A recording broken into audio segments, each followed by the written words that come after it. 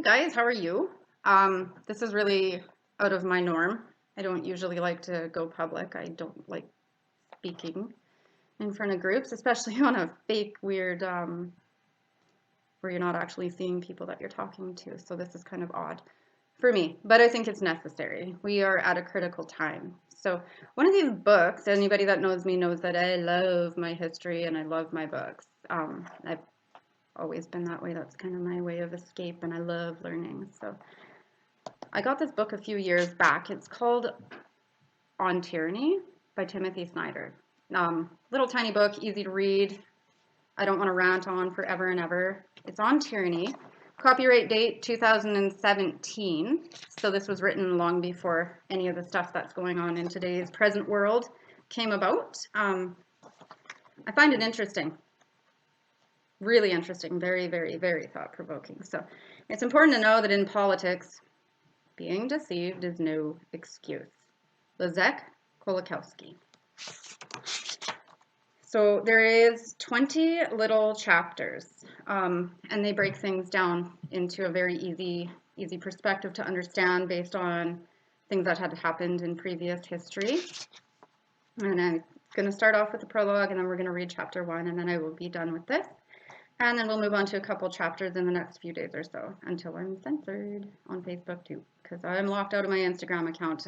You don't post pictures of Aslan and C.S. Lewis, I guess. You don't like it. Okay. So the prologue: history and tyranny. History does not repeat, but it does instruct. As the founding fathers debated our Constitution, they took instruction from the history they already knew. Concerned that the democratic republic they envisioned would collapse, they contemplated the descent of their ancient democracies and republics into oligarchy and empire. As they knew, Aristotle warned that inequality brought instability. Let's think about that statement for a minute. Inequality brings instability. We're seeing inequality today in our society. It doesn't matter what opinion you have on it, whether you agree with what's going on or not. We are seeing inequality. I think we all know that. With this inequality, we are also seeing instability. Okay, so that fact is set straight. That is a fact. Cannot even be argued with. So while Plato believed that demagogues exploited free speech to install themselves as tyrants, as I said, I was just locked out of my Instagram account because I tried to post a picture of Aslan from C.S. Lewis saying, the quote went something like, "Things never happen the same way twice." I don't know, I didn't think that was very offensive. But, like Plato believed, the demagogues exploited free speech to install themselves as tyrants. Censorship. In founding a democratic republic upon law and establishing a system of checks and balances, the founding fathers sought to avoid the evil they, like the ancient philosophers, called tyranny. That's a word we hear a lot right now, isn't it? They had in mind the usurpation of power by a single individual or group, or the circumvention of law by rulers for their own benefit. Much of the succeeding political debate in the United States has concerned the problem of tyranny within American society over slaves and women, for example. Insert the unpoked, and the ones that are poked. Instability, right? Instability and inequality. So it is thus the primary American tradition to consider history when our political order seems imperiled. If we worry today that the American experiment is threatened by tyranny, we can follow the example of the founding fathers and contemplate the history of other democracies and republics. The good news is that we can draw upon more recent and relevant examples than ancient Greece and Rome. The bad news is that the history of modern democracy is also one of decline and fall. Since the American colonies declared their independence from a British monarchy that the founders deemed tyrannical, European history has seen three major democratic moments. After the First World War in 1918, after the Second World War in 1945, and after the end of communism in 1989. That wasn't that long ago. Many of the democracies founded at these junctures failed, in circumstances that in some important respects resemble our own. History can familiarize, and it can warn. In the late 19th century, just as in the late 20th century, the expansion of global trade, you hear the word global? Don't forget it. Global trade generated expectations of progress.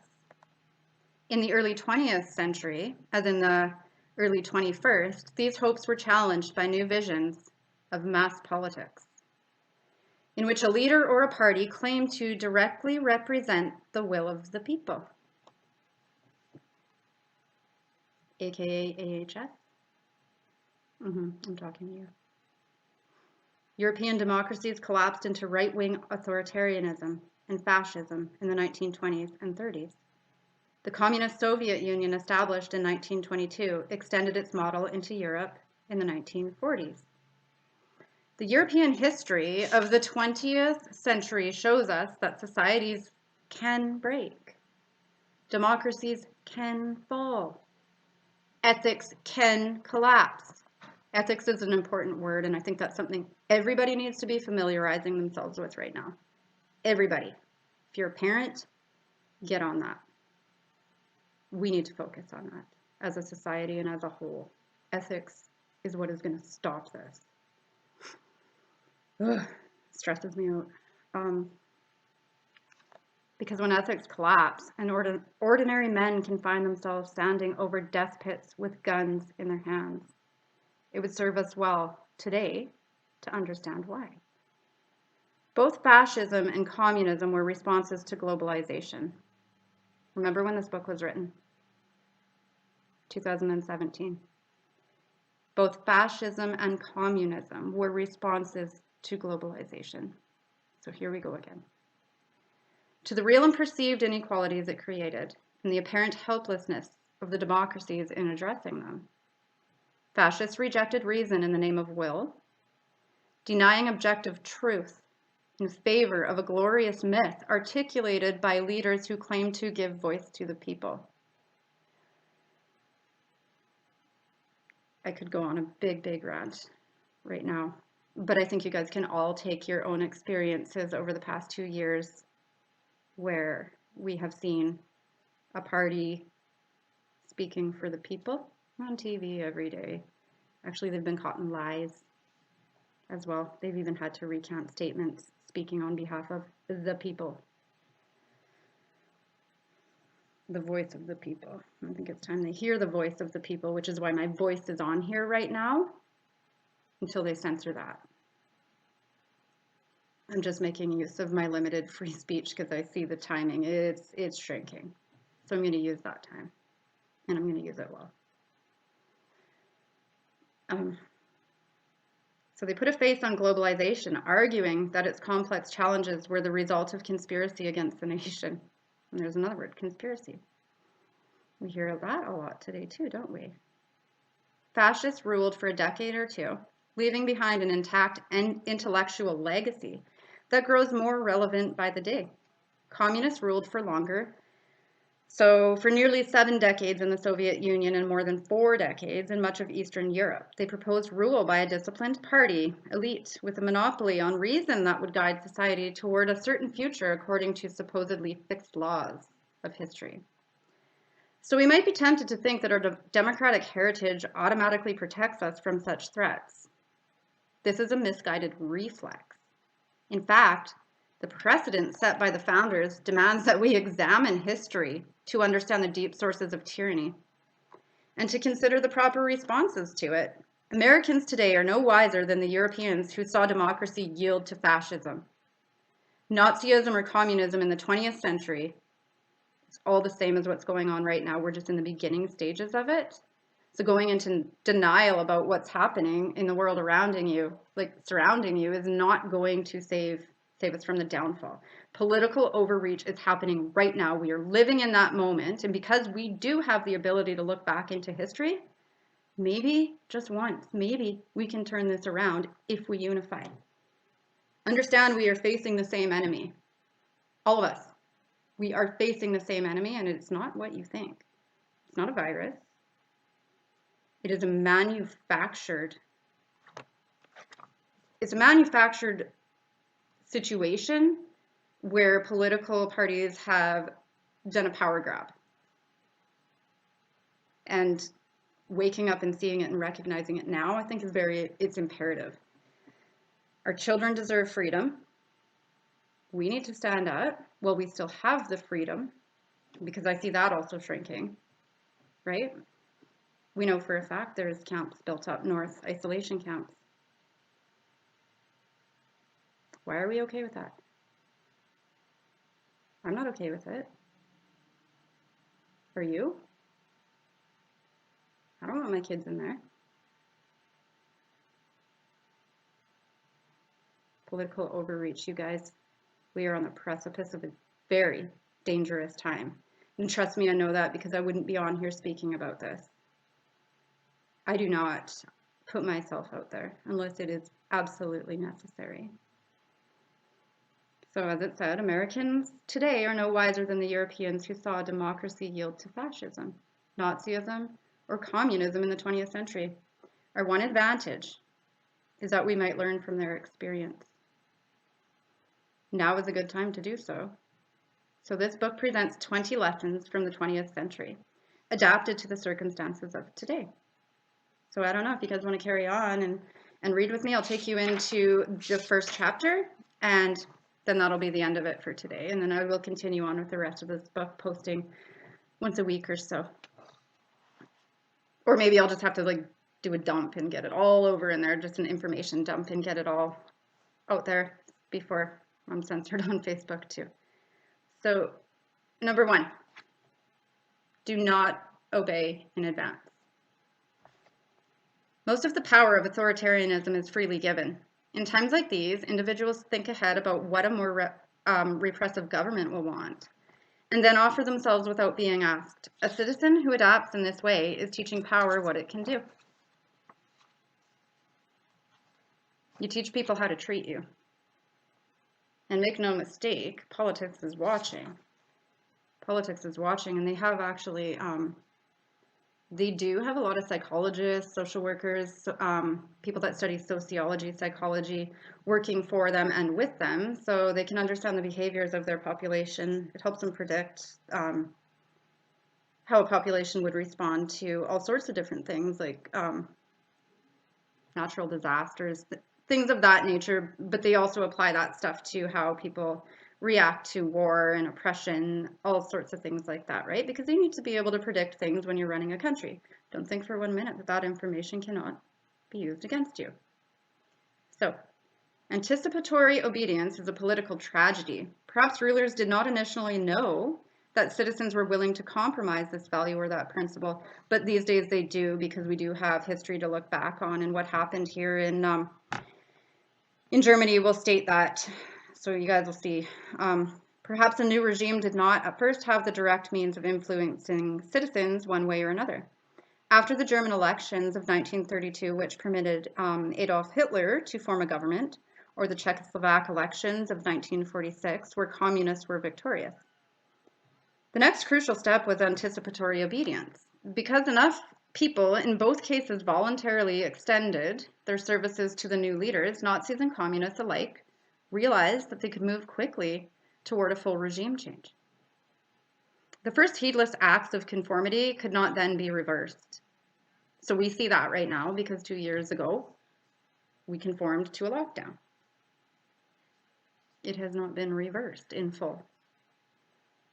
There is now divide, where a certain populace is facing lockdown and a certain other populace is not. So we're getting more into the inequality, which creates instability. So steps are being further taken, leading us down a road that's making it harder and harder to reverse these things, because once you get instability, they're laughing. So in the early 1938, Adolf Hitler by then securely was secured in power in Germany. So he was threatening to annex neighboring Austria. After the Austrian chancellor conceded, it was the Austrians' anticipatory obedience that decided the fate of the Austrian Jews. Local Austrian Nazis captured Jews and forced them to scrub the streets to remove symbols of independent Austria. It kind of sounds familiar to removing statues and anything that might represent freedom by labeling it as oppressive or racist, right? You remove history for long enough, you can rewrite history. And that is the intention of removing pieces of history. There's a reason they burned books. Crucially, people who were not Nazis looked on with interest and amusement. Nazis who had kept lists of Jewish property stole what they could. You will own nothing and you will be happy. Crucially, others who were not Nazis joined in the theft. As the political theorist Hannah Arendt remembered, when German troops invaded the country and Gentile neighbors started riots at Jewish homes, Austrian Jews began to commit suicide. I know of people who have committed suicide. Think about it. I bet most of you actually know somebody who has done that in the past 2 years. We are seeing so much symmetry here and so much similarity between history then and the times we are living in now. The anticipatory obedience of Austrians in March 1938 taught the high Nazi leadership what was possible. It was in Vienna that August that Adolf Eichmann established the Central Office for Jewish Emigration. In November 1938, following the Austrian example of March, German Nazis organized the national pogrom known as the Kristallnacht. I know what that is because my grandparents came from Holland. So naturally, I had an interest in the history of where I came from and my background. And yeah, my whole living room is full of history books because of things like that. I just think that that is one of the most important things for all of us to understand. I don't so much want to say I trust science because I don't. That's always subject to change, and I can speak on that because I have actually a lot of medical problems in my family. And that involves science. I have pins and rods in my back right now that are rejecting. Science says I was going to be okay. I'm not. I have a boy that has a genetic mutation. Science can't fix that. The one thing we cannot argue with is history. So I trust history. Just something to think about. The anticipatory obedience of Austrians in March taught the high Nazi leadership what was possible. So in 1941, when Germany invaded the Soviet Union, the SS took the initiative to devise the methods of mass killing without orders to do so. They didn't have the orders to do so. There was no warning for these people. I'm sure there was a sense of impending doom, but there was no warning. This didn't come down from orders. There was an overreach of power. There was a power grab. So they guessed what their superiors wanted and demonstrated what was possible. It was far more than Hitler had thought. At the very beginning, anticipatory obedience means adapting instinctively without reflecting to the new situation. Do only Germans do such things? No, we're all human. The Yale psychologist Stanley Milgram, contemplating Nazi atrocities, wanted to show that there was a particular authoritarian personality that explained why Germans behaved as they had. He devised an experiment to test the proposition, but failed to get permission to carry it out in Germany, right? I mean, that would have been a sensitive issue for them back then, so understandably.